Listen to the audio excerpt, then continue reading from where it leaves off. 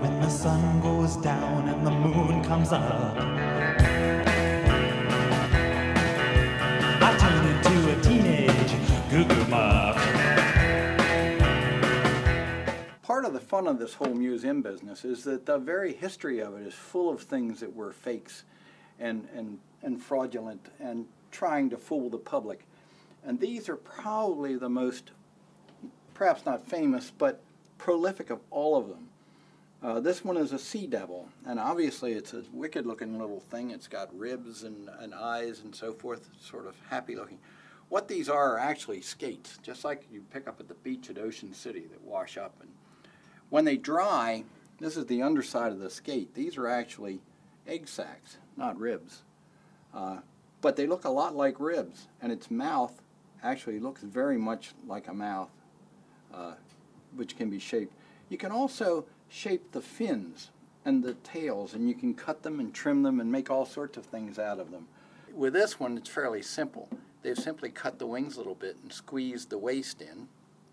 The tail they have split and curled back around behind it. These date back to the 16th century, where they were made for collections of cabinets of curiosity or Wunderkammer. They displayed them like this as sea devils. They would trim them to make little dragons out of them, which were fascinating. And every self-respecting cabinet of curiosities had one of these. And they acquired the name Jenny Hanifers. And for some reason, nobody that's lost to the mists of time why they were called Jenny Hanifers, but it's a great name. And today, that tradition carries on in sideshows all over the country, the few that remain. Almost all of them have at least one of these little reshaped skates. This is a slapstick. There was actually a company in Indiana, I believe it was, that made slapsticks. Slapsticks were, as you can see, a padded thing with a hinged flap on it. Not only did that make a good noise, but if you opened up this little lever on the inside, you put a .32 caliber blank cartridge in here and closed it. That's why this is to deflect it.